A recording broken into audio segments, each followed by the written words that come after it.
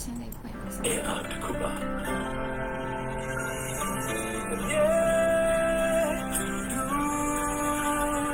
Let Twitter do I can't get ya Pimaru Chita Chame Yarore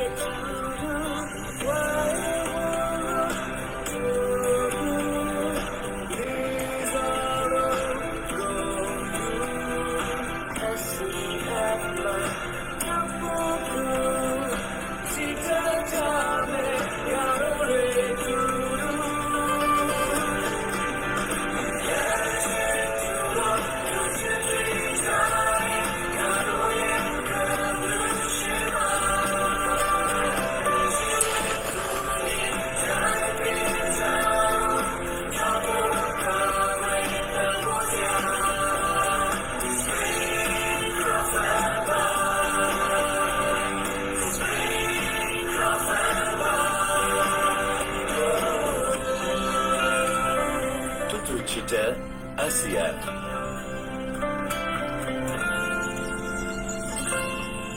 Belum mereka kejangan masih karena yang lebih itu ayam. Tengok hasil mabang pula.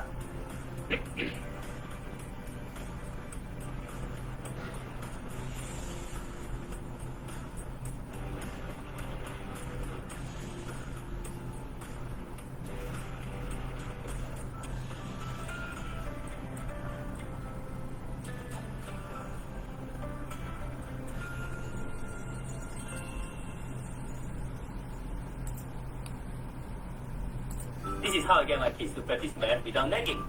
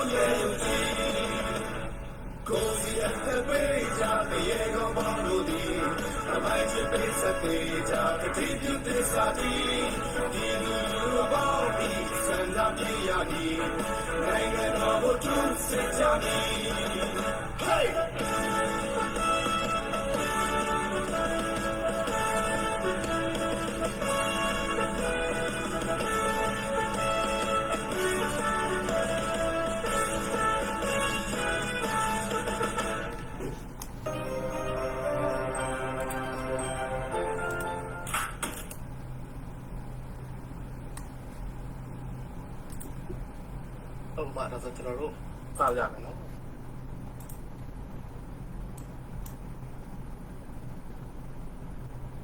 အားလုံးပဲမင်္ဂလာပါဒီနေ့ကတော့ကျွန်တော်တို့ဒီရပေါ့ကလေးရဲ့တန်တိုးနေမယ်ပုံမှန်စီစဉ်ပါတယ်ကျွန်တော်တို့ကစားမယ်ပုံမှန်စီစဉ်ကိုစီစဉ်ချောင်းတယ်ပါတယ်ကျွန်တော်တို့စီစဉ်တာတော့အစီအစဉ်ပါ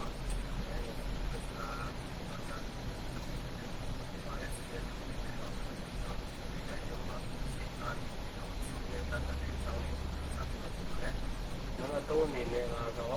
တော့တိုင်းနေတော့ပတ်သက်ပြီးတော့ဒီပတ်သက်ပြီးတော့ဘယ်လိုဖြစ်နေလဲကပ်ပိန်းတောင်းလို့တော့ပြောတာပါပါတယ်။နမလေးစီစဉ်တော့ကျွန်တော်တို့တက်နေတယ်ကိုဒီလိုတော့ကျွန်တော်တို့ဆောင်းနေစားပါတယ်။ဒီမှာလည်းတော့ကျွန်တော်တို့ပုံမှန်စီစဉ်ရတဲ့ကားစီစဉ်တဲ့ပုံမှန်ဆက်လက်ကိုကျွန်တော်တို့အလဲကြပြီပေါ့နော်။ Okay we off name ကိုတုံးပြီးတော့ကျွန်တော်တို့ကန်ဆယ်မဲ့နံပါတ်ဒီတော့မှာဖြစ်ပါတယ်။နောက်ပြီးတော့နံပါတ်6စီစဉ်တော့ကျွန်တော်တို့အစီအစဉ်ပိတ်သိမ်းတဲ့အနေနဲ့ကိုဆက်ပြရနေပြီပဲ။နောက်ပိတ်စကားလေးတော့ကြပေးမှာဖြစ်ပါတယ်။ကျွန်တော်တို့နံပါတ်1အစီအစဉ်အနေနဲ့ကို SCF မှာကိုတင်လင်းကိုဝင်လာတော့ကြပြီပေါ့ကျွန်တော်ဟုတ်ကဲ့ပါခင်ဗျာဟုတ်ကျွန်တော်တန်ကြီးကြားရတယ်ခင်ဗျာ ဟုတ်ကဲ့ကြားရရပေါ့ဟုတ်ကဲ့ပါမင်္ဂလာပါအားလုံးပဲကျွန်တော်ကတော့ကိုဒီနေ့မှာဒါ Spectrum Fan SCF ကပေါ့နော်ဒါ SCF ကတော့ဒါတော်တော်များများတော်လန်ပြည်သူတွေအားလုံးဒီပါတော့သိပြီထင်တယ်တချို့ကြတော့လေဒါမသိသေးရလဲရှိကောင်းလို့ရှိမယ်ပေါ့နော်အဲ့မှာကျွန်တော်အချင်းချုပ်လေးပြောပြနေတာကတော့ကျွန်တော်တို့ SCF ကဒါမြေပြင်ကရဲဘော်တွေပြီးတော့ဒါပြည်ရင်းနဲ့ပြည်ပကတော်လန်ပြည်သူတွေထောက်ဖို့ပြည်သူတွေရဲ့ဂျားထဲမှာဒါလုံလုံချုံချုံစိတ်ချလက်ချပြီးတော့ဒါပုံမှန်တာမန်ထက်ပေါ့နော်ဒါဤပညာအသုံးပြုပြီးတော့လုံချုံစိတ်ချသွားတဲ့မြင်းမြန်းဆန်းဆန်းနဲ့ကုလို့ရမယ့် platform တစ်ခုပေါ့နော်ပြောရရင်တော့ဒါထောက်ဖို့ပြည်သူတွေအတွက်တင်မဟုတ်ဘဲနဲ့ဒီလိုမျိုးဒါမြေပြင်ကရဲဘော်တွေအတွက်ပြီးတော့ campaign ကိုတောင်းဝန်ခံပြုလုပ်ပေးတဲ့လူတွေအတွက်ပါအဆင်ပြေအောင်ဒါအချိန်အားလူကတက်တောင်းလုပ်ပေးထားတဲ့ platform တစ်ခုပေါ့နော်ဒီ platform မှာအခုဆိုရင်ဒါလေးဆန်ပြန်တဲ့အညာနဲ့အတွက် campaign ကိုပေါ့နော်ကျွန်တော်တို့ဒါ63သိန်းကျော် SCF ကနေပြီးတော့ပါဝင်ကူညီပေးနိုင်ခဲ့တယ်ဒီလိုကူညီပေးနိုင်တာကကျွန်တော်တို့ SCF platform ကောင်းလို့ဆိုပြီးတော့ကျွန်တော်အဲ့တခုတည်းရောအားလည်းလို့ပြောလို့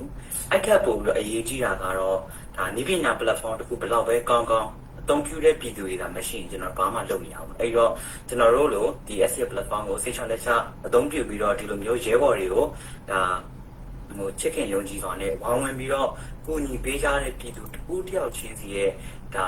ပါဝင်မှုကြောင့်ဒါဒီလိုမျိုးကျွန်တော်တို့ကိုညီပေးနိုင်နေတာဖြစ်တယ်ပေါ့နော်အဲ့ဒါကြောင့်ဒီနေ့လေးဆန်ပြန်တဲ့အညာနဲ့ campaign လေးမှာဒါဒီနေ့ကန်ဆယ်မဲဖွင့်ပွဲလေးမှာပေါ့နော်ကျွန်တော်တို့ SCF ကိုဒါဖိချပေးတဲ့အတွက်လည်းကျေးဇူးအများကြီးတင်ပါတယ်ပြီးတော့ဒီ campaign လေးမှာ SCF နဲ့တူပေါင်းပြီးကြတဲ့ပြည်သူတွေရောပြီးတော့တခြားသောဒါနိုင်ကြောင်းနေကိုစီကနေပြီးတော့ပါဝင်ပေးကြတဲ့ပြည်သူတွေတယောက်ချင်းစီတိုင်းကိုလည်းကျေးဇူးတင်ပါတယ်ဒါအခုအားလုံးသိတဲ့အတိုင်းပဲကျွန်တော်တို့တော်လန်ရေးက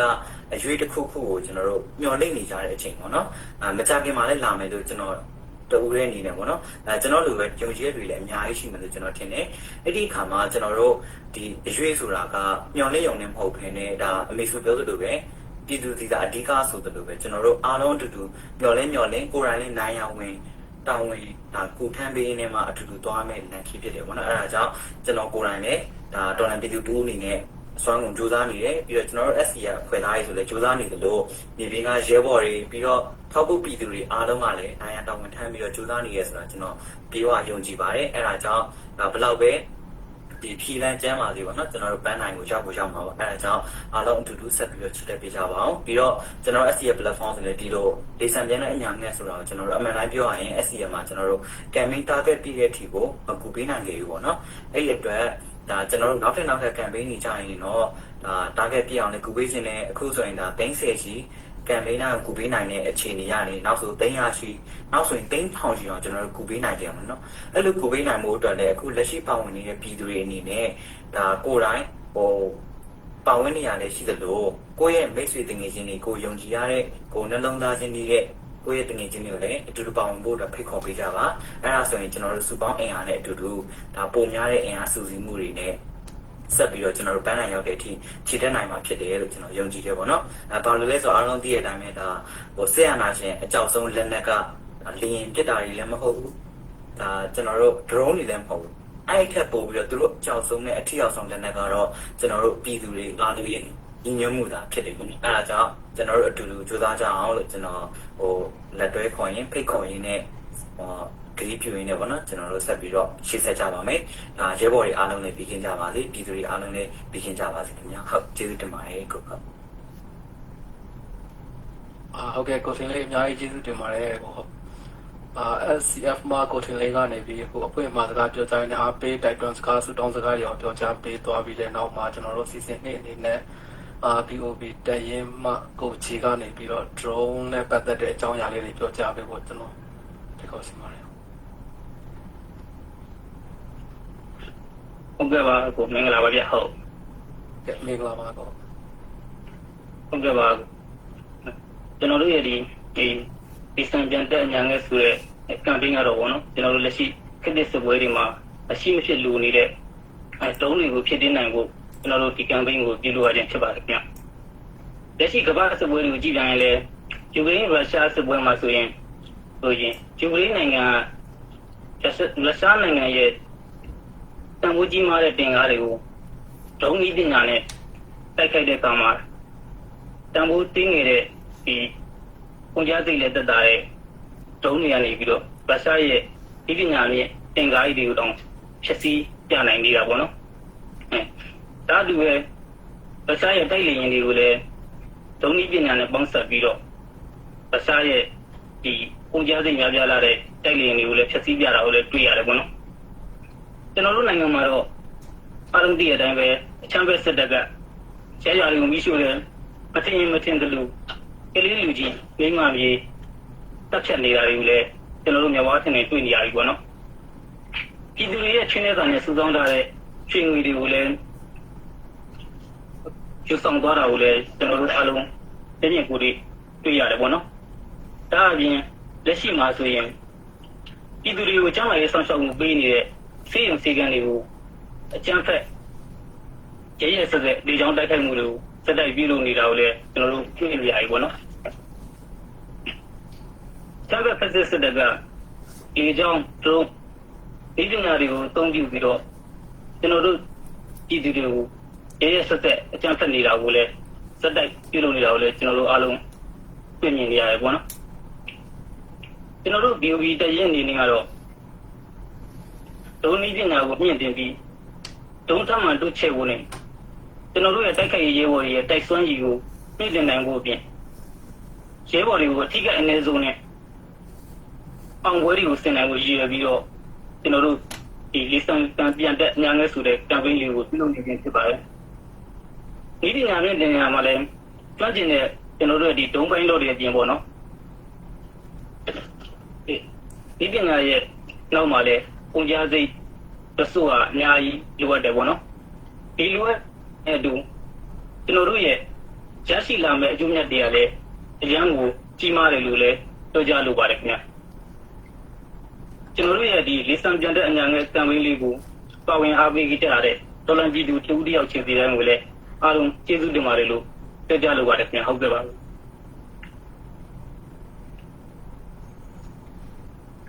ုတ်ကဲ့ပါကိုကြီးအများကြီးကျေးဇူးတင်ပါတယ်ကိုပြည့်စုံပြောသွားပေးတော့နော်နောက်ပြီးတော့ season number 3အနေနဲ့ကကျွန်တော်တို့ POB တက်ရင်မှကိုဆက်ပြနေပြီးတော့ campaign နဲ့ပတ်သက်ပြီးမဲဖောက်ပေးမယ်ပစ္စည်းတွေနဲ့ပေါ့နော် campaign ရဲ့အကြောင်းလေးကိုအနေချင်းပြောကြားပေးဖို့ကျွန်တော်ဖိတ်ခေါ်ပေးရသေးဟုတ်ဟုတ်ကဲ့ကိုမင်္ဂလာပါဟုတ်ကဲ့မင်္ဂလာပါဗျာကိုဟုတ်ကဲ့လိုက်ကြည့်နေတဲ့မိဘပြည်သူများဒေါ်လာညီကိုမောင်နှမများလုံးကိုလည်းကျွန်တော်ဒီနေရာနေမင်္ဂလာပါလို့နှုတ်ဆက်ပါရစေ။တော့နာမည်ကတော့တက်ထီဖြစ်ပါရဲ့ပေါ့နော်။ကျွန်တော်ကတော့ခု ကျွန်တော်တို့လေးစံပြန်တက်အညာငတ်ကမ်ပိန်းကနေပြီးတော့ဟိုရရှိရဲ့ကျွန်တော်တို့ဟိုမဲလက်မှတ်ရောင်းရတဲ့ဟာနဲ့ပတ်သက်ပြီးတော့ကျွန်တော်စီးရင်လေးအချင်းချုပ်ရှင်းပြမှာပေါ့နော်အဲ့ဒီတော့ကျွန်တော်တို့လေးစံပြန်တက်အညာငတ်ကမ်ပိန်းကနေပြီးတော့ရောင်းရတဲ့လက်မှတ်တွေကိုအရင်ပြောပြမယ်ပေါ့နော်ကျွန်တော်မြန်မာလက်မှတ်ကတော့စုစုပေါင်း1894ဆောင်ရောင်းရတယ်ပေါ့နော်ပြီးတော့စင်ကာပူလက်မှတ်က296ဆောင်ထိုင်းလက်မှတ်က15ဆောင်ဂျပန်လက်မှတ်က14ဆောင်နဲ့မလေးလက်မှတ်က8ဆောင်ကိုရီးယားလက်မှတ်က13ဆောင်နဲ့ဟို US ဒေါ်လာနဲ့10ဆောင်ဒါစုစုပေါင်းဟိုဒီစံပြန်တဲ့အညာနဲ့ကမ်ပိန်းကနေစုစုပေါင်းမဲလက်မှတ်အဆောင်ကြီး2250ကျောင်းရပါတယ်ပေါ့နော်အဲဒီ2250နဲ့ကျွန်တော်တို့ပြည်ထောင်ထောက်ပို့ငွေနဲ့စုစုပေါင်းကျွန်တော်တို့ငွေအားဖြင့်ကတော့တိန်းပေါင်း903သိန်းတိတိရရှိပါတယ်ပေါ့ကျွန်တော်တို့ပါစအနေနဲ့ပြောလို့ရှိရင်တော့90.3%ရရှိပါတယ်ပေါ့နော်ကျွန်တော်တို့ကမ်ပိန်း100%မပြည့်ပေမဲ့လည်းကျွန်တော်တို့ဟို90.3%ရရှိရတဲ့အတွက်လည်းကျွန်တော်တို့မဲလက်မှတ်တွေဝယ်ရတဲ့သူတွေရောကျွန်တော်တို့ဟိုတည်တံ့ထောက်ပို့တဲ့တော်လိုင်းညီကိုမောင်နှမတွေရောကျွန်တော်အနေနဲ့ကျွန်တော်တရင်အနေနဲ့ကျေးဇူးအများကြီးတင်ပါတယ်ဗျပြီးတော့ကျွန်တော်ကမ်ပိန်းကကျွန်တော်တို့31ရက်နေ့ရပြီးခဲ့တာပေါ့နော်ဖေဖော်ဝါရီ23ကနေစပြီးတော့မတ်လ31ရက်နေ့ထိကျွန်တော်တို့မတ်လ31ရက်နေ့မှာကမ်ပိန်းကစရင်ပိတ်ခဲ့တာပေါ့နော်အဲ့တော့ကျွန်တော်တို့မိဘပြည်သူတွေနဲ့ကျေးဇူးတုံ့ပြန်တဲ့အနေနဲ့ကျွန်တော်တို့မဲလက်မှတ်မဲတောက်ပေးမယ့်ဟာလေးတွေကျွန်တော်ပြောပြပါအောင်နော်တကားတော့တိတ်မပြောတတဲ့အတွက်ဟိုနားလည်ခွင့်လုပ်ပြကြပါလားနော်မဲပေါက်မဲ့ဟိုလေးတွေကိုပညာပေးပါမယ်နော်အဲ့အမဘက်ကနေပြီးဟိုစင်းမဲစုကြည်လေးတွေ share ထားလိုက်ပို့အဆင်ပြေမလားပို့မြင်တာမလားမသိဘူးခဏလေးလောက်ထားလေးကိုက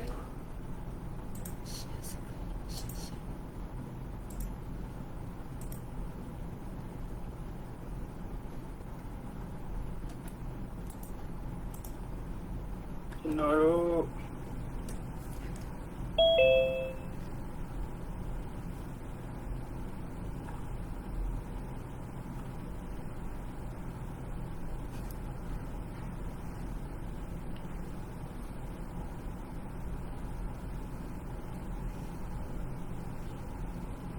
နောက်မဲရီစုမဲနံပါတ်1ကနေစပြီးတော့ပညာပေးပါမယ်နော်ကျွန်တော်စုမဲနံပါတ်1ကငကတ်တရံဖြစ်ပါပြီဗျကျွန်တော်တို့စုမဲနံပါတ်1ပေါ့နော်စုမဲနံပါတ်2အနေနဲ့ကတော့ငကတ်တရံပေါ့ရွှေနဲ့ကြနော်ပေါ့နံပါတ်1ကဟုတ်နံပါတ်3အနေနဲ့စုမဲကတော့ကျွန်တော်လက်စွပ်တကွင်းပေါ့နော်နံပါတ်4အနေနဲ့ကတော့ဆွဲတီးနဲ့ခောက်ရွှေပြားပေါ့နံပါတ်5အနေနဲ့ကကျွန်တော်တို့နှကွင်းတစ်ဆက်ပေါ့နော်ပုံမှန်ပြထားတဲ့အတိုင်းနှကွင်းတစ်ဆက်နံပါတ်6အနေနဲ့ကကျွန်တော်တို့ 21cm လက်ပတ်နိုင်ဖြစ်တယ်ပေါ့နော်နံပါတ်9အနေနဲ့ကကျွန်တော်တို့နံပါတ်9ကလည်းကျွန်တော်တို့လက်ပတ်နိုင်ပဲပေါ့နော် MK4 လက်ပတ်နိုင်ဖြစ်ပါတယ်နံပါတ်8စုမဲကတော့နာယီဖြစ်ပါတယ်နော်နာယီဒါလည်း MK3 power 54နာယီလက်ပတ်နာယီဖြစ်ပါတယ်နံပါတ်9ကလည်းဒီလက်ပတ်နာယီပဲပေါ့နော်ဒီ MK3 power 54လက်ပတ်နာယီပဲဖြစ်ပါတယ်နံပါတ်10စုမဲကတော့ရေမွေးဖြစ်ပါတယ်နံပါတ်7စုမဲကတော့ကျွန်တော်တို့8ပေါ့နော်ဘေးလွယ်8ဖြစ်ပါတယ်နံပါတ်7စုမဲအနေနဲ့ကတော့ကျွန်တော်တို့အောင်ပွဲရိဆက်ဘာပလက် PDF အယုတ်လေး2ယုတ်ဖြစ်ပါတယ်ခင်ဗျကျွန်တော်တို့ဒီစုမဲတွေကိုကျွန်တော်တို့ကျေးဇူးတုံ့ပြန်တဲ့အနေနဲ့မိဘပြည်သူတွေကိုအခုမဲပေါက်ပြီးမှာပေါ့နော်အခုစီစဉ်လေးရလဲကျွန်တော်တို့စည်ရင်းနေရှင်းနေဒီမဲပေါက်ပြီးဖို့ရအတွက်လိုက်လွှင့်တာဖြစ်ပါတယ်ဟုတ်ကဲ့ကိုကျေးဇူးတင်ပါတယ်ဗျ ဟုတ်ကဲ့ကိုစပီအများကြီးကျေးဇူးတင်ပါတယ်ကိုခု campaign ရဲ့ကျွန်တော်တို့ 19.5 เนาะ90ရာခိုင်နှုန်းကျော်ကျော် ဟုတ် 90ရာခိုင်နှုန်းကျော်ဆိုတော့ပြောရရင်တကယ် campaign အောင်နေတယ် campaign အောင်နေတယ်ပေါ့နော် ပြောပါတော့ဟုတ်ကဲ့ကိုဟုတ် ဟုတ်ရာခိုင်နှုန်းကြည့်တယ်ပေါ့နော် ဟုတ်ကဲ့ကိုဟုတ်အဲဒီအကြောင်းတွေရောပြီးတော့ campaign ကရတဲ့ကျွန်တော်တို့အခုရန်ကုန်လေးအကြောင်းလေးပြီးတော့အကုန်လုံးစုချေးတဲ့အကြောင်းပြောပြပေးသွားတဲ့ကိုစပီအများကြီးကျေးဇူးတင်ပါတယ်ကိုဟုတ် ဟုတ်ကဲ့ပါကိုကျေးဇူးတင်ပါတယ် ဟုတ်ကဲ့နောက်ပြီးတော့ကျွန်တော်တို့ season 4အနေနဲ့ကျွန်တော်တို့ POB တက်ရင်ရင်းမှုမှာကျွန်တော်တို့တော်လည်းစကားလေးပြောကြပြီးကိုကျွန်တော်ဖိတ်ခေါ်ပြရစီဗျာ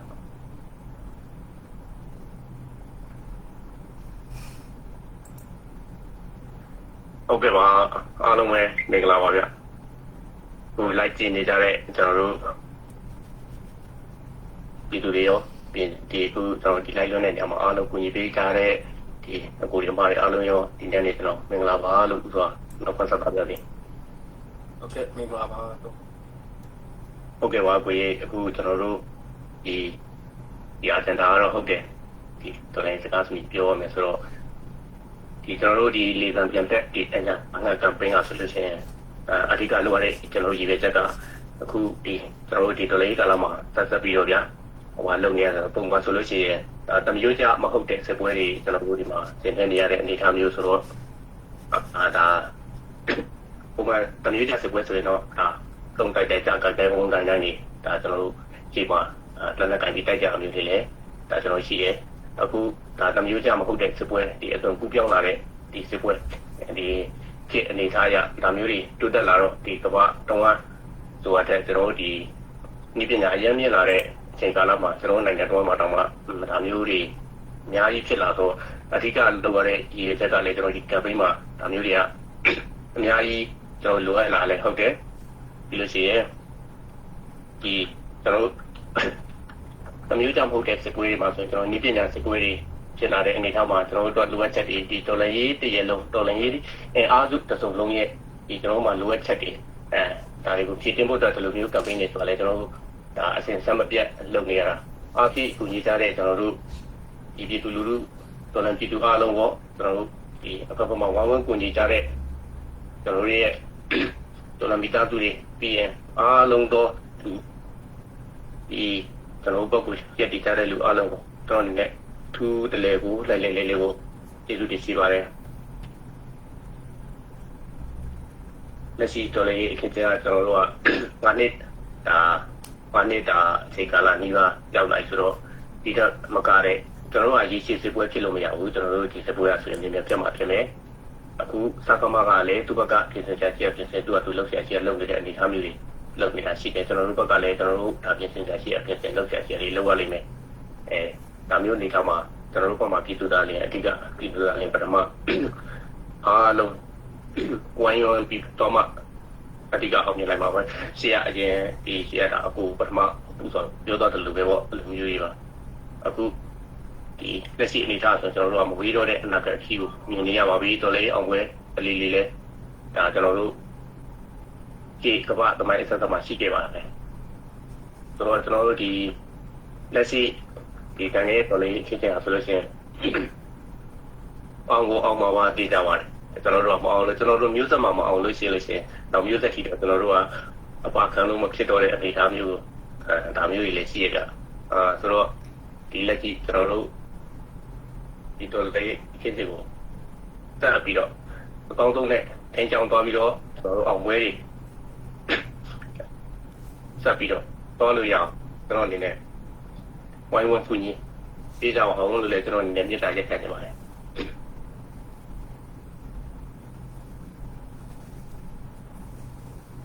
နောက်ပြီးတော့ကျွန်တော်အနေနဲ့ဒီကံပေးကိုကုလမျိုး90ရာခိုင်နှုန်းကျော်ဒီကိုအားလုံးဝိုင်းဝန်းကူညီပေးကြတဲ့ဒီကျွန်တော်ရဲ့အဓိကဟိုအားထိုက်ပြီးပါတဲ့ဒီတော်လန်ပြည်သူတွေနဲ့ကျွန်တော်တို့အကုန်လုံးဒီအလုံးစုံတော့ကျွန်တော်တို့ရဲ့တော်လန်မိဘပြည်သူများအားလုံးကိုကျွန်တော်တို့လည်းကျေးဇူးအများကြီးတင်ရှိပါတယ်လို့ပြောရတဲ့ဒီကျွန်တော်တို့ဒီ campaign လေးဖြစ်တော့ပုံရေးဝင်အတော့မှဝိုင်းဝန်းကူညီပေးကြတဲ့ကျွန်တော်တို့ရဲ့ဒီတော်လိုင်းကြီးကိုမောင်နှမအားလုံးကိုလည်းကျွန်တော်အနေနဲ့အထူးကျေးဇူးတင်ရှိပါတယ်လို့ပြောရနေပဲကျွန်တော်တို့အောင်ပွဲရသည့်အထိရှေ့ဆက်အသွားကြပါစို့လို့ကျွန်တော်ပြော ပြောကြားလိုပါတယ်ဗျအခုဟုတ်ကဲ့ပါအားလုံးကိုကျေးဇူးတင်ပါတယ်တိုက်လိုက်လေးလေးကိုကျေးဇူးတင်ပါတယ်ဗျဟုတ် ဟုတ်ကဲ့ကိုအများကြီးကျေးဇူးတင်ပါတယ်ကိုဟုတ်ကျွန်တော်တို့ခုစီစဉ်5အနေနဲ့ကျွန်တော်တို့ကန်ဆန်းမဲပုံမှန်စီစဉ်ပေါ့နော်အဲ့ဒါကိုကျွန်တော်တို့အခုမဲစုမဲက12ခုရှိတယ်ဗျဒါဆိုတော့ကျွန်တော်တို့အခုနောက်ဘက်ကနေပြန်ပြီးစမယ်ပေါ့နော်စုမဲ7ကနေစပြီးကျွန်တော်တို့ရေစုံရွေးမယ်စုမဲ7ကိုရွေးဖို့အမှန်တည်း shuffle လောက်အောင်မထင်နဲ့နော်စုမဲ7ကကျွန်တော်တို့အောင်ပွဲတွေ set ပါ play ရုပ်ကလေး2ရုပ်ပါအဲ့ဒါကိုကျွန်တော်တို့ explain လုပ်ပေးဖို့အမရောက်နေပြီနော်ဟုတ်ကဲ့အမကျွန်တော်တို့အဲ့ဒါ explain လုပ်ပေးပါအောင်ပို့အေး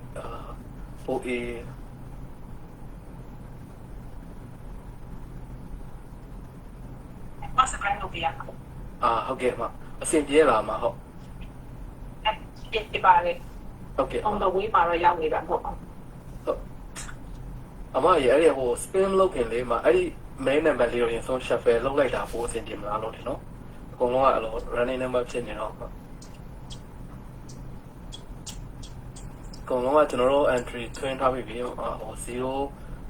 001ကနေပြီးတော့2250ဒီပေါ့နော်2250ဒီဟုတ်အမဟုတ်လက်မှတ်အဆောင်ကောင်းတယ်ဆို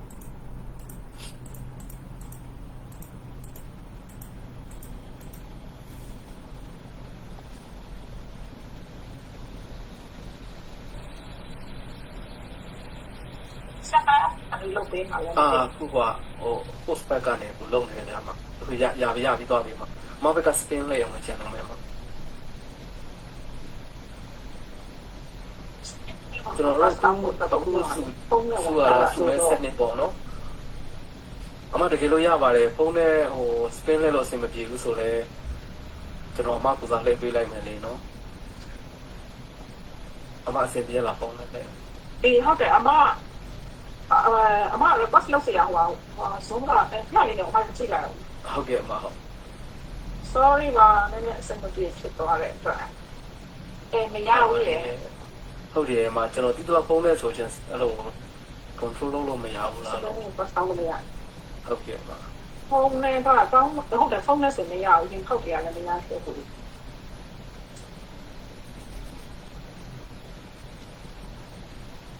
ကျွန်တော် try ကြည့်လိုက်မယ်နော်မလား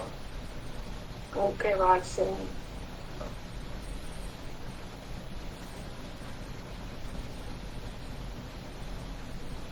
ဟုတ်ကဲ့ကျွန်တော်တို့အခုစုမဲ setting ပေါ့နော်အောင်ပွဲတွေ set ပါ play ရုပ်ကလေး2ရုပ်အတွက်ကျွန်တော် spin လေးပြင်မှာဖြစ်ပါတယ်အမကိုစား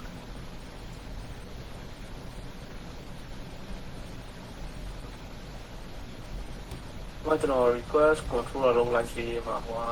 control လုပ်လို့မရသေးဘူး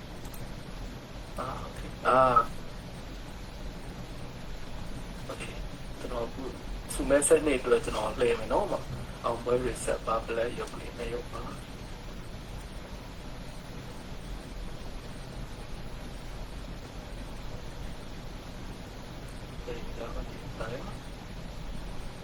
ုတ်ကဲ့လေနေမဲရရန်များတော့လေ2000ကျော်ဆိုတော့နည်းနည်းတော့ဆောင်းပါတယ်ဆို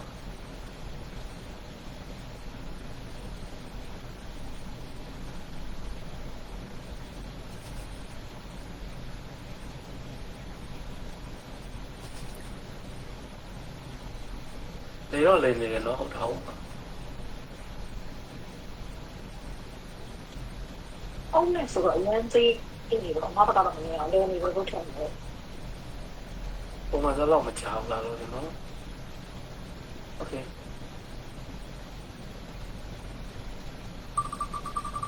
sorry ခုမှ spare sorry ပါခုမှလည်းဟုတ်ကဲ့အခုတော့ကျွန်တော်တို့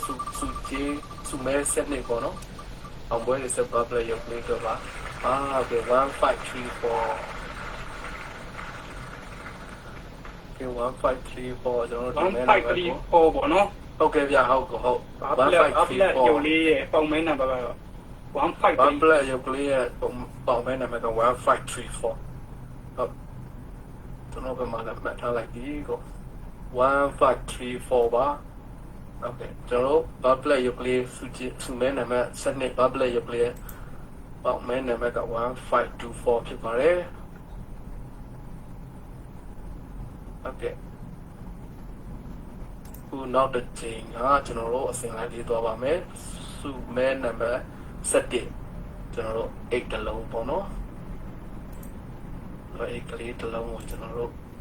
မဲပေါက်သွားပါမယ်ခုကျွန်တော်တို့1534ကိုကျွန်တော်တို့ remove လိုက်ပြီဗျာနော် okay remove ပြီးတော့နည်းနည်းလေးကျွန်တော်ထပ်ပြီး shuffle လုပ်လိုက်မယ်အစဉ်လိုက်လေးပြတ်သွား okay ပြီးတော့ကျွန်တော်တို့ခုစုမဲနံပါတ်7ပေါ့နော်အဲ့အတွက်ကျွန်တော် spell ရမှာဖြစ်ပါတယ် okay ကျွန်တော်တို့ဒါစုမဲနံပါတ်7အတွက်ပေါ့နော်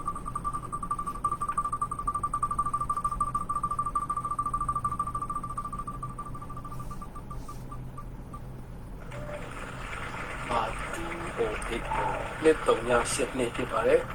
ကျွန်တော်တို့စုမဲနံပါတ်7ကျွန်တော်တို့8ကလေးအတွက်ကပေါက်မဲနံပါတ်က2080နှစ်တော့ညsorry 2082နှစ်တော့ညရှစ်နေဖြစ်ပါတယ် ဟုတ်ကဲ့ပါကို စုမဲနံပါတ်7အတွက်ဟုတ်တယ်ဗျဟုတ်စုမဲနံပါတ်7အတွက်8ကလေးကနှစ်တော့ညရှစ်နေဖြစ်ပါတယ်နှစ်တော့ညရှစ်နေပါ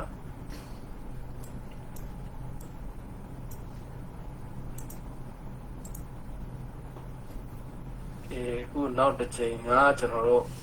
နံပါတ်10ပေါ့နော်သူတော့ရေမွေး SD လော်ဒါကရေမွေးကလေးကိုကျွန်တော်တို့မဲဖောက်ပေးသွားပါမယ်ဒါကအခုကျွန်တော်တို့ရေးမဲအခုတစ်ခေါက်လဲမယ်ကနံပါတ်10စုမဲနံပါတ်ရေမွေးလေးပေါ့နော်ကျွန်တော်အခု2080ကိုကျွန်တော် remove လုပ်လိုက်ပါပြီ2082ကို remove လုပ်လိုက်ပါပြီ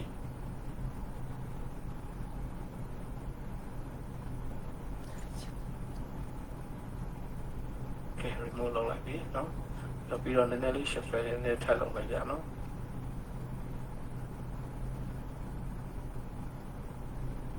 okay ကျွန်တော်တို့စုကြီးနံပါတ်7အတွက်စုမဲနံပါတ်10အတွက်ဒီမှုအတွက်ကျွန်တော်တို့လှည့်မှာဖြစ်ပါတယ်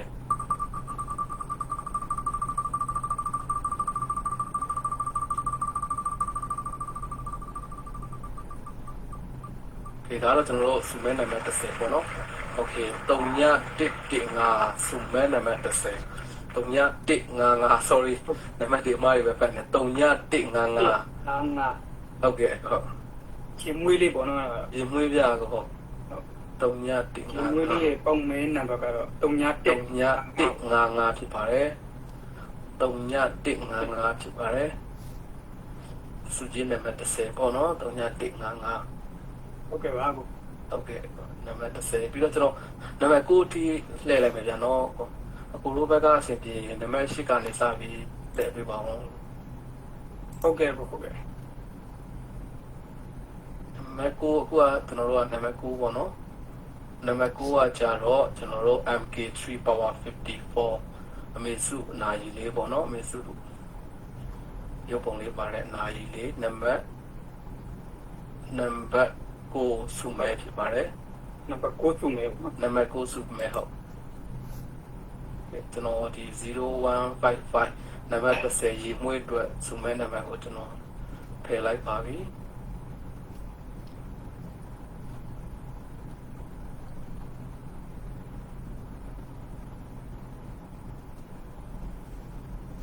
ထည့်လိုက်ပါပြီအခုကျွန်တော်တို့ရွေးမယ်ကတော့နံပါတ်6စုမဲပေါ့နော် MK3 အမေစုရဲ့နာရီလေးပါအမေစုပုံပါတဲ့နာရီလေးပေါ့နော်โอเคကျွန်တော်ရွေးပါပြီ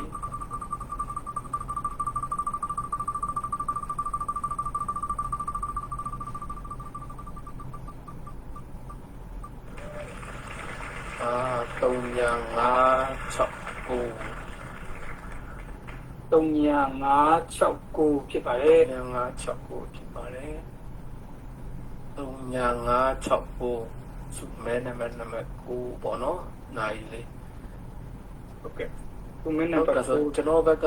ရလိုက်မယ်နော်စုမဲနံပါတ်9က3569ကျွန်တော်အပြင်ထုတ်လိုက်ပြီကျွန်တော်ဘက်က control ရလိုက်ပြီဗျာကိုဟုတ်ကဲ့ နံပါတ်8စုမဲလဲ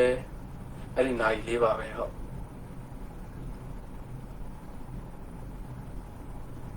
ကျွန်တော်တို့ MK3 power 54နိုင်နှလုံးရှိတာပေါ့နော် ဟုတ်ကဲ့နံပါတ်8အတွက်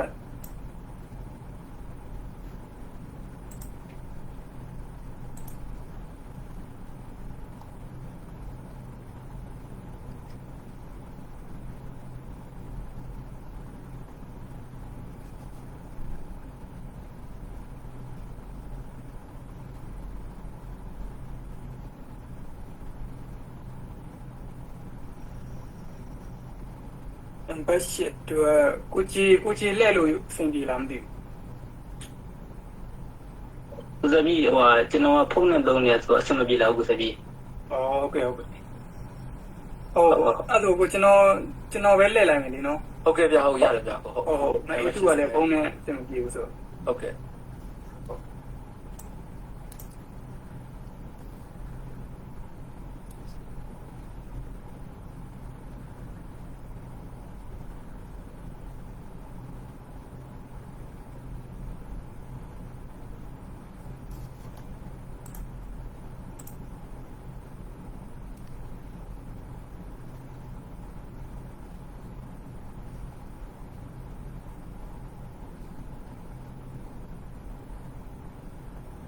အဲ့ဒါကိုကနံပါတ်9အတွက်ကျွန်တော်ဟောနံပါတ်8သူ့မဲအတွက်ကျွန်တော်လက်ရမှာပေါ့နော် ဟုတ်တယ်ဗျဟုတ်ကဲ့ကိုဟုတ်နံပါတ်8စုမဲ MK3 power 54အမေစုပေါ်မှာလည်းနိုင်လေးပါဟုတ် အဲ့ဒါလက်လိုက်မယ်နော်နံပါတ်8စုအတွက်လှည့်လိုက်ပါပြီ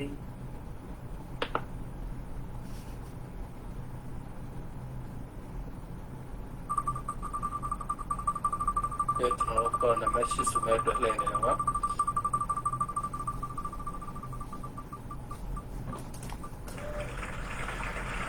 တုံည0712နံပါတ်8စုမဲအတွက်ပေါင်းမဲနံပါတ်လေးကတော့3912ဖြစ်ပါတယ်ပေါ့နော်အမေစုနိုင်လေးပါပဲ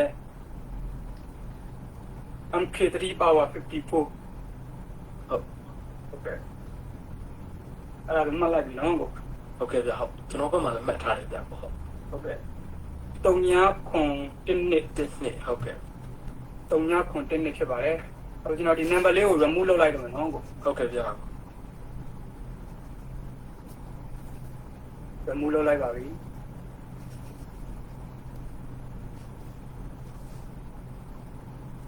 အဲ့ဒါဆိုရင်နံပါတ်9အတွက်လည်းကျွန်တော်ပဲလက်ရမှာပေါ့နော် ဟုတ်ကဲ့ဗျဟုတ်ဟုတ်ဟုတ်ကဲ့လက်ပြပါ ဟုတ်ကဲ့ပါနံပါတ်9ရဲ့ပေါင်မဲလေးရစုမဲလေးရော MK4 limited edition ပေါ့နော် ဟုတ်ကဲ့ဒီနိုင်ပြီဖြစ်ပါတယ်နံပါတ်9အတွက်စုမဲနံပါတ်မေစုနိုင်လေးဖြစ်ပါတယ် MK4 limited edition နိုင်လေးဖြစ်ပါတယ်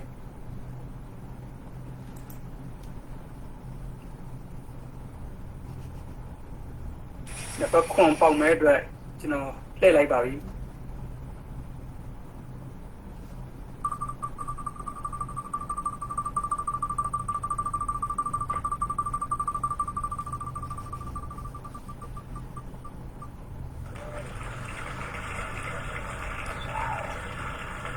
နံပါတ်9 6 3ညနှစ် နံပါတ်9စုမဲအတွက်ပေါင်မဲနံပါတ်လေးကတော့1632ဖြစ်ပါတယ် ကဲ6 3ညနှစ်နံပါတ်9 နံပါတ်9ရဲ့ MK4 မေထုနိုင်လေးကတော့ပေါင်မဲလေးကတော့1362ဖြစ်ပါတယ်6 3ညနှစ်ကို ဟုတ် sorry 1632ဖြစ်ပါတယ်ဟုတ်အဲ့ကျွန်တော်ဒီနံပါတ်လေးကို remove လုပ်လိုက်ပြီနော်ကို ဟုတ်ကဲ့ဗျဟုတ်ဟုတ်6 3ညနှစ်စကြည့်တယ်မှာခွန်1632ခုလက်မယ်နံပါတ်6ပေါ့နော်နံပါတ်6 21CN အတွက်လက်မှာဖြစ်ပါတယ်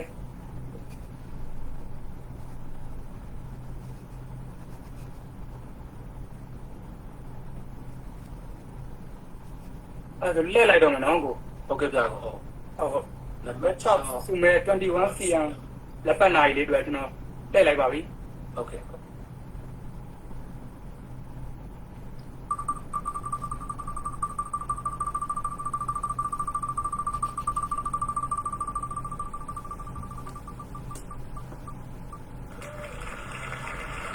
1 4 2 9 1429 1429 1429ဖြစ်ပါတယ်21 CN အတွက်ပေါက်မဲနံပါတ်လေးက1429ဖြစ်ပါတယ် 4 2 9ဟုတ်ကဲ့စုမဲနံပါတ် 1429 စုမဲနံပါတ်6အတွက်က21 CM မဲနံပါတ်6အတွက် 4 ပေါက်မဲနံပါတ်ကတော့1429ဖြစ်ပါတယ်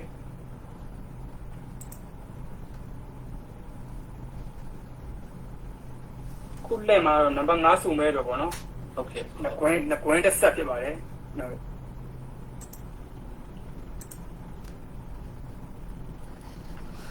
တလေးနှစ်ကိုလေးကိုဝမှုလုပ်လိုက်ပြီနော်ကို ဟုတ်ကဲ့ဗျာဟုတ်နံပါတ်6 price က1 4 2 9ပါကိုနံပါတ်5 price ကကျွန်တော်နှစ်ကွင်းတစ်ဆက်ပေါ့နော် ဟုတ်ကဲ့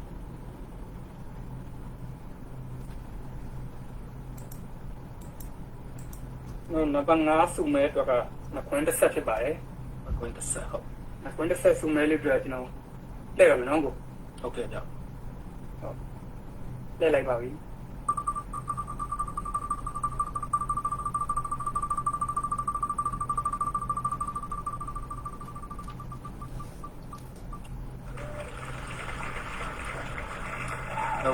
တော့ညနှစ်ကိုနံပါတ်5ကနေသေးတွေလာပြီညနှစ် နန်းသေးလားတုံညနှစ်ကိုဖြစ်ပါတယ်နော် ဟုတ် နံပါတ်5အတွက်စုမဲလေးရတော့တုံည တစ်ဆက်နံပါတ် ဖြစ်ပါတယ် 5ကတော့ညနှစ်ကိုဟုတ်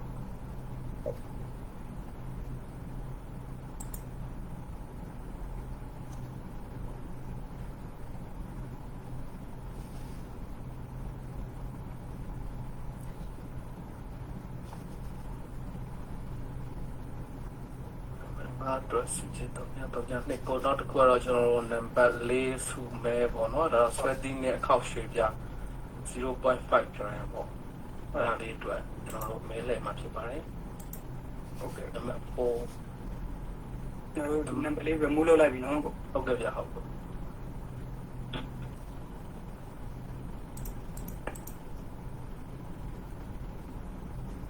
ခုကျွန်တော်တို့နံပါတ်4အတွက်လဲမှာပေါ့နော် ဟုတ်ကဲ့ နံပါတ်4ဒီမဲ့ဆွဲသီးနဲ့အခောက်ရွှေပြားဖြစ်ပါတယ်0.5 gram အခောက်ရွှေပြားလေးရနောက်နံပါတ်4အတွက်စုမဲကိုလဲပါရမယ်နော် ဟုတ်ကဲ့ဗျာ ဟုတ်ကဲ့ပါလဲလိုက်ပါပြီကို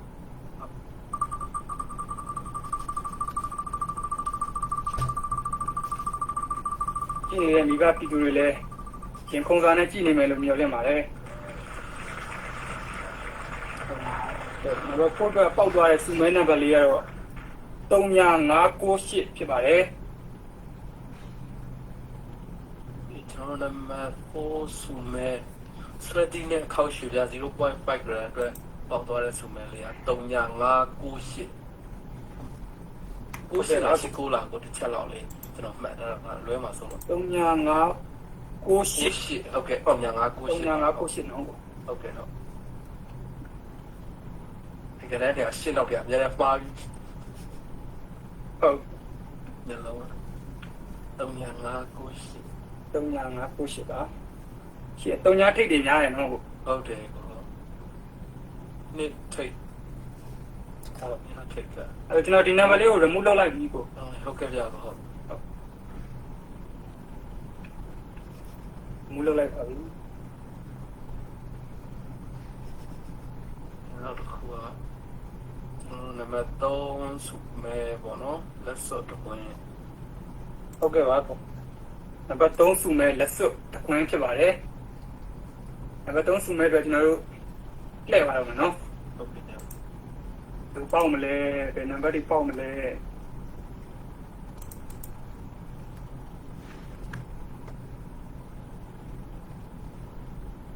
နံပါတ်3စုမဲအတွက် 3 လှည့်ပြီနော်ကို ဟုတ်ကဲ့ နံပါတ်3စုမဲအတွက်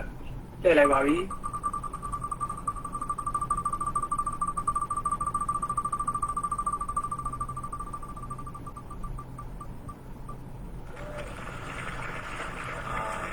386 နံပါတ် 386ဖြစ်ပါတယ်3ထိတ်တွေနဲ့ပဲ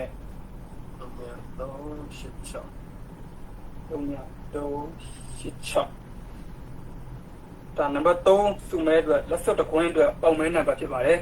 386ဖြစ်ပါတယ် 386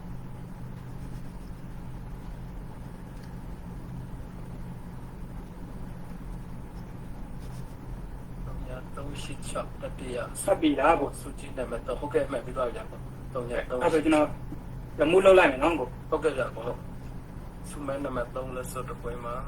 386နောက်တစ်ခုကတော့ကျွန်တော်တို့စုမဲနံပါတ်2ငကတ်တရံဖြစ်ပါတယ် ဟုတ်ကဲ့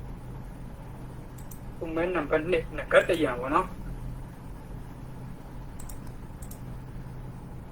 ဟုတ်ကဲ့ဒီလက်စွပ်လေးဖြစ်ပါတယ်ဒီငကတ်လေးဖြစ်ပါတယ်သူမဲနဲ့အတွက်ဒီငကလေးတရံအတွက်ကျွန်တော်တို့လှည့်မှာပေါ့နော်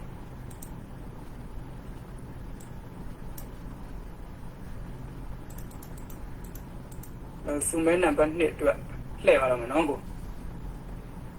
ဟုတ်ကဲ့ကြာပေါ့ စုမဲနံပါတ်2အတွက်လှည့်လိုက်ပါပြီ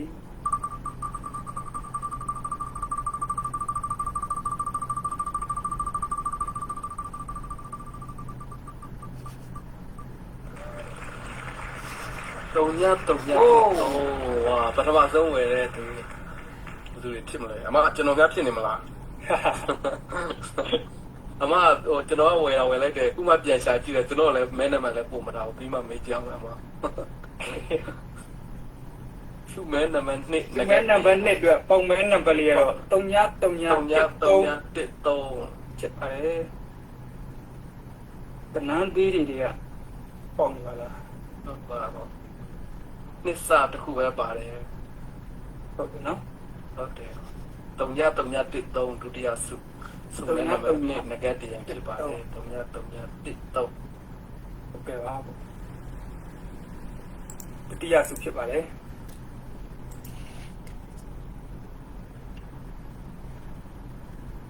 ဒီနကလေးကအဲ့တော့ကျွန်တော်ဒီနံပါတ်လေးကို remove လုပ်လိုက်ရမယ်နော်ကို ဟုတ်ကဲ့ဗျာဟုတ်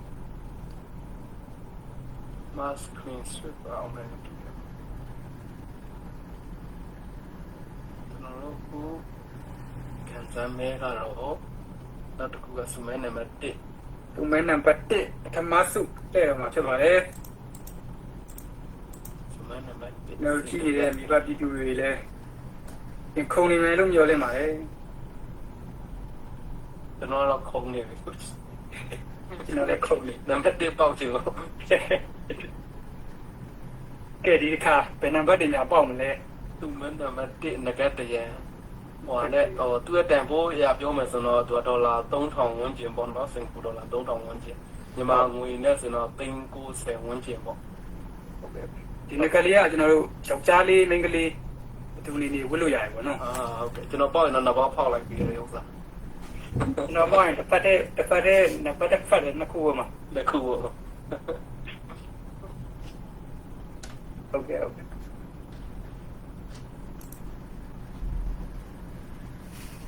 ဗမှုလောက်လိုက်တော့မယ်နော်ကိုဒုတိယဆင်းရအောင်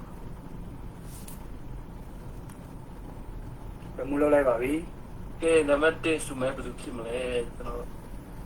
ကဲဒီတစ်ခါလဲတုံညထိတ်နေမယ်လားဒီတစ်ခါတုံညထိတ်နေလာရင်တော့ချဲထိုးသိပြီထင်တယ်နော်ကို တခြားထည့်နေလား တုံညထိတ်ပတ်လိုက်တော့ တော့ရရှိပါဟုတ် ဟုတ်ကဲ့ကိုအဲ့ဒါကျွန်တော်တို့ပထမစုမဲလေးတွေ့ကျွန်တော်တို့လှည့်ပါတော့မယ် ဟုတ်ကဲ့ကိုဟုတ်ဆယ်မိနစ်နဲ့ကတည်းက ဘယ်သူပေါက်မလဲကျွန်တော်တို့စုမဲနံပါတ်ပထမစုအတွက်ကျွန်တော်တို့လှည့်လိုက်ပါပြီ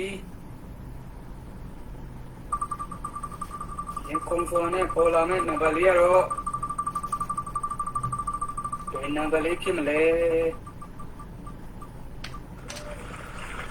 ဟို3ည4နာမည်ကြီးလှလိုက်လား3ည3 3ညလေးဖြစ်ပါတယ် 3ည3 3ည4ဟို ကဲ3-3-3-4ရတော့ပထမစုပါနော်ကျွန်တော်တို့ငကက်တရန်ဘယ်သူဖြစ်မလဲတော့ admin တွေကနေပြီးကျွန်တော်တို့တစ်ဆင့်စစ်တွေပေးပါလိမ့်မယ်390တန်ငကြက်ပေါ့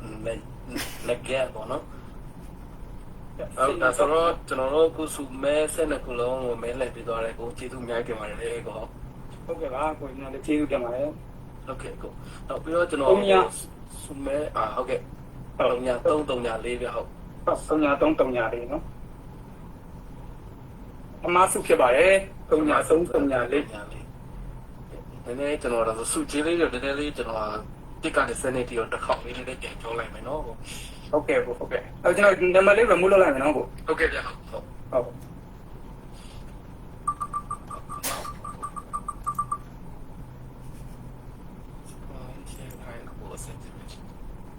်ကဲကျွန်တော်တို့စုချင်းနံပါတ်1ပေါ့နော်စုချင်းနံပါတ်1ဖြစ်စုပိုင်းနံပါတ်1ဖြစ်တဲ့ငကက်တရံပေါ့နော်အဲ့ဒါကဒေါ်လာနဲ့ပြောရင်တော့3000ဝန်းကျင်ပေါ့နော်$10လောက်နဲ့ဆိုရင်တော့$90ဝန်းကျင်ပေါ့အဲ့ဒီအားလေးရဲ့ကျွန်တော်တို့နံပါတ်လေးက300လေးဖြစ်ပါတယ်ပထမစု တန်လေးနည်းနည်းတိုးနေတယ်နော်ကို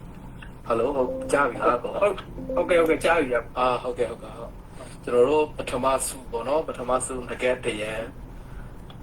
သူကစုမဲနံပါတ်က3-3-3-4စုမဲနံပါတ်1ပေါ့နော်3-3-3-4ဖြစ်ပါတယ် ဟုတ်ကဲ့ပါ မဲနံပါတ်2ကတော့ကျွန်တော်တို့သူလည်းငကက်တရံပါပဲစုမဲနံပါတ်2ငကက်တရံကိုကြတော့စုမဲနံပါတ်2က3-3-1-3ဖြစ်ပါတယ်ကန်တူးရှင်ကတော့3-3-1-3ဖြစ်ပါတယ်ကျွန်တော်တို့စုချင်းနံပါတ်စုမဲနံပါတ်3လက်စော့တကွင်းရဲ့ကန်တူးရှင်ကတော့3-3-8-6ဖြစ်ပါတယ်3-3-8-6ဖြစ်ပါတယ်စုမဲနံပါတ်3လက်စော့တကွင်းကန်တူးရှင်က3-3-8-6ဖြစ်ပါတယ်နံပါတ်4ကျွန်တော်တို့စုမဲနံပါတ်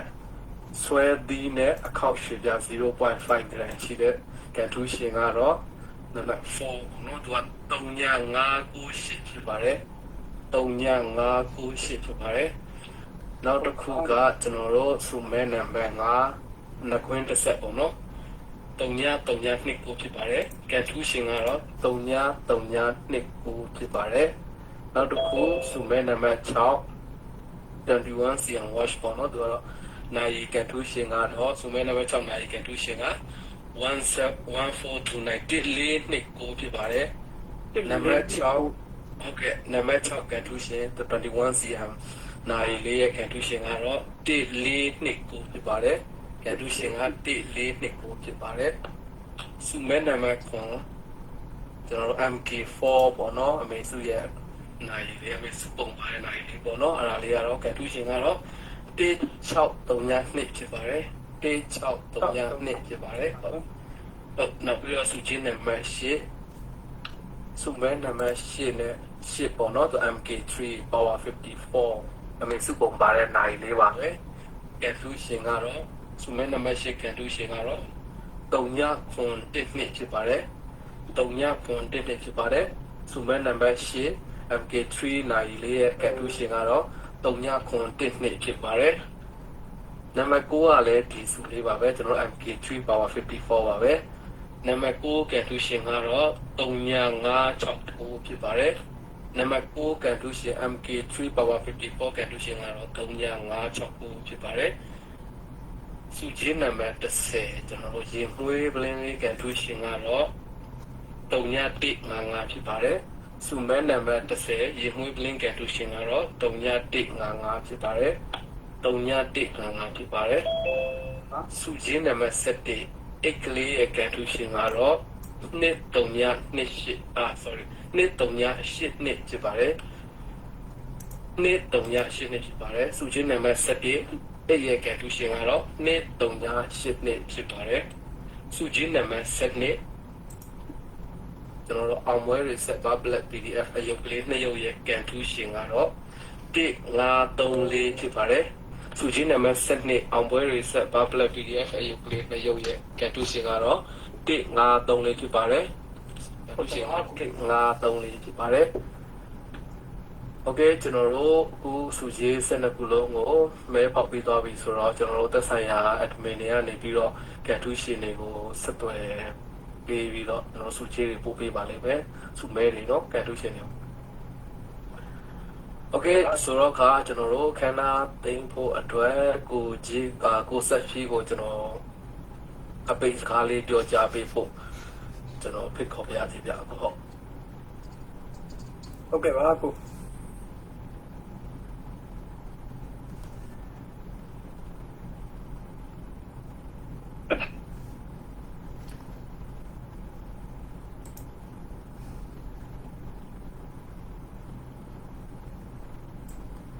โอเคကိုကျွန်တော်တို့ပိတ်စကားလေးပြောကြားပေးပါဦးဟုတ် ဟုတ်ကဲ့ပါကိုကျွန်တော်ပိတ်စကားပြောမှာပါနော်ရေလုံးပြောရင်တော်လန်စီတူညီကိုမောင်နှမတွေကိုကျေးဇူးအများကြီးတင်ပါတယ်ရေလုံးပြောချင်တာကတော့ကျွန်တော်လေးစံပြန်တက်ညာနဲ့ကမ်ပိန်းတရား90.3%နဲ့အောင်မြင်နဲ့ပြီးဆုံးသွားပြီပေါ့နော်အဲ့ဒီတော့လည်းတက်ခဲကြက်တဲ့ဂျားတွေကနေပြီးတော့အားဖြည့်ကူညီပေးကြတဲ့မိဘပြည်သူတယောက်ချင်းစီတိုင်းကိုတော့တရင်ကရဲဘော်တွေအားလုံးကကျေးဇူးထူးတင်ရှိပါတယ်ပြီးတော့ကျွန်တော်တို့လေးစံပြန်တဲ့အညာနဲ့ကမ်ပိန်းလေးမှာမဲလက်မှတ်တွေကိုပူရောင်းပေးကြတဲ့အဖာကိုရီအမတွေပြီးတော့မြေပြင်ရန်တွေပူရောင်းပေးကြတဲ့မိဘပြည်သူဒီကိုမောင်နှမတွေကိုလည်းကျွန်တော်တို့ဒီနေရာနေပဲကျေးဇူးထူးတင်ရှိပါတယ်ခင်ဗျာပြီးတော့ကျွန်တော်တို့တော်တော်လေးအချိန်ကြာလာနဲ့မြခက်ခဲကြက်တဲတွေဆိုတာလည်းအများကြီးရှိလာပါတယ်လိုအပ်ချက်တွေလည်းအများကြီးရှိလာပါတယ်ကျွန်တော်တို့ပြည်သူတွေအနေနဲ့လည်းစာဝတ်နေရေးခက်ခဲတွေနဲ့ရင်ဆိုင်နေရလို့ကျွန်တော်တို့တက်တွေအနေနဲ့လည်းစိန်ခေါ်မှုတွေအများကြီးရှိပါတယ်လိုအပ်ချက်တွေအများကြီးရှိပါတယ်ဘာဖြစ်လို့လဲဆိုတော့ကျွန်တော်တို့ကပြည်သူတွေကနေပေါက်ဖွာလာတဲ့ပြည်သူတက်မလို့သားတွေဖြစ်တဲ့အတွက်ကျွန်တော်တို့ပြည်သူတွေခက်ခဲရှိရင်ကျွန်တော်တို့ရေဘော်တွေလည်းခက်ခဲရှိပါတယ်အဲ့ဒါတွေကိုကျွန်တော်တို့အနေနဲ့စိတ်ပြအားရသွားလို့မရပါဘူးကျွန်တော်တို့ဒီချိန်မှာစကားကိုမတော်လာနိုင်ရင်ကျွန်တော်စိတ်လျှော့ဒီချိန်မှာစိတ်လျှော့အရှုံးပေးလိုက်ကြရင်ကျွန်တော်တို့ဒီစစ်မိတ်စာတွေရက်ဆက်ကြမ်းကြုတ်တဲ့စစ်မိတ်စာတွေအုပ်ချုပ်တဲ့ဒီနိုင်ငံရဲ့နွန်ထဲမှာကျွန်တော်တို့အနာဂတ်နောက်မျိုးဆက်တွေအထိဆင်းရဲဒုက္ခတွေနဲ့နေကြမှာပေါ့နော်အဲ့ဒီတွေလည်းကျွန်တော်တို့အဲ့လိုနေရပြီဆိုလို့ရှိရင်ကျွန်တော်တို့အနာဂတ်တွေဆုံးရှုံးမယ်ကျွန်တော်တို့လောလောခွင့်တွေဆုံးရှုံးမယ်ကျွန်တော်တို့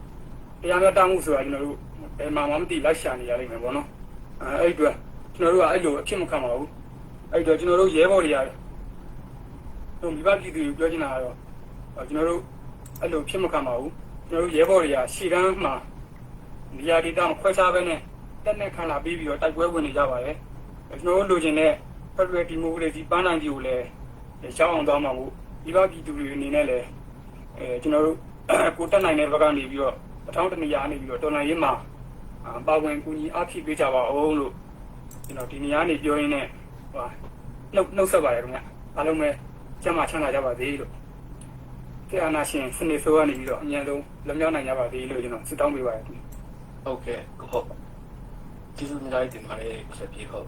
ဟုတ်ကဲ့အခုဒီနေ့ပေါ့နော်ဒီ campaign ပြမြောက်ဖို့အတွက်ဒီက campaign အစကနေစပြီးဆုံးပြီးကျွန်တော်တို့အားပေးကြတဲ့ပြည်သူလူထုတွေပြီးတော့နောက်ပြီးတော့ဒီပြည်သူလူထုတွေဝယ်နေအောင်အများကြီး online ပေါ်နေရောင်းပေးတဲ့လူရော offline နေရောင်းပေးတဲ့အကုန်လုံးဝိုင်းဝန်းကူညီပေးကြတဲ့သူတွေရောအားလုံးအများကြီးကျေးဇူးတင်ပါတယ်အားလုံးကြောင့်ကျွန်တော်တို့အခု3900ဆိုတဲ့ပမာဏတစ်ခုပေါ့နော်ဟုတ်ကဲ့လောက်ကြီးကိုကျွန်တော်တို့ရအောင်ရှာနိုင်ခဲ့တယ်ပေါ့ဒီ2လအတွင်းမှာတကယ်ကိုခုနောက်ပိုင်းတွေမှာကျွန်တော်တို့အခက်ခဲမျိုးနဲ့ဆိုတော့ campaign တစ်ခုကို90%အောင်ပို့ဆိုတာတကယ်ကိုတော်တော်ကိုခက်ခဲတဲ့ကိစ္စတွေပါကျွန်တော်တို့အများသောအားဖြင့် campaign တွေက95%ရောက်ရင်ကိုတော်တော်ကြီးကျွန်တော်တို့ခီးရောက်တယ်လို့ပြောရမှာပေါ့နော်အခုလေးစံပြန်တဲ့အညာနှစ်ကကြတော့အားလုံးရဲ့စုပေါင်းအင်အားနဲ့ကျွန်တော်တို့90%ကျော်ဆိုတော့campaign ကတော့ညာနှုံးပြအောင်မြင်တယ်လို့ပဲပြောရမှာပေါ့နော်ကျွန်တော်တို့အရင်ဒါကျွန်တော်တို့တွေးမအေးသေးဘူးဆိုတာပြလိုက်တာပဲเนาะကိုတို့ဟုတ်တော့အားလုံးရဲ့အင်အားတွေပေါင်းစည်းအားတွေနဲ့ကျွန်တော်တို့လုံနိုင်ပြီပေါ့တဖြည်းဖြည်းနဲ့တော်လိုင်းရဲ့အောင်မြင်မှုပန်းနိုင်ရလဲကျွန်တော်တို့နီးလာပါပြီကျွန်တော်တို့ညှော်လင့်တဲ့အချိန်တနေ့နေ့တစ်ချိန်တော့ မဝေးတော့တဲ့အချိန်မှာကျွန်တော်တို့ရောက်နေတယ်တန်းပြီးမြင်ရတော့မှာပါလို့ပြောကြရင်းနဲ့ကျွန်တော်တို့ဒီ live ကလေးကိုဒီမှာပဲအန်လိုက်ကြမယ်ပေါ့နော်ကိုကိုစပြိုးဘက်ကတော့ကိုနည်းနည်းလေးထပ်ပြီးပြောစရာလေးတွေပါလေးတွေရှိသေးတယ်ဗျပေါ့ဟုတ် ဟုတ်ကဲ့ပါကိုကျွန်တော်အနေနဲ့ကတော့ပြောစရာတော့မရှိတော့ဘူးဗျာဟုတ် ကဲ့ ကိုချီတို့ကိုပါပြောချင်သေးတယ်မသိဘူးကိုချီတို့ရှင်မို့လို့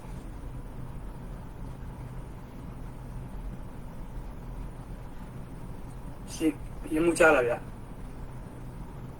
အားလုံးပြည့်စုံပါတယ်အကုန်လုံးအဆင်ပြေချက်ချုံမွေးနဲ့အားလုံးအဆင်ပြေအောင်ဝိုင်းဝန်းပြီးတော့ကုညီပံ့ပိုးပေးကြတဲ့အတွက်လည်းကျွန်တော်အနေနဲ့လိုက်အများကြီးကျေးဇူးတင်ပါတယ်ဗျာဟုတ်ကဲ့ပါဗျာ ဟုတ်ပါဟုတ်ကဲ့ဒါဆိုကျွန်တော်တို့ live ကလေးကို page live ကလေးကိုအန်လိုက်ကြမယ်တင်တယ်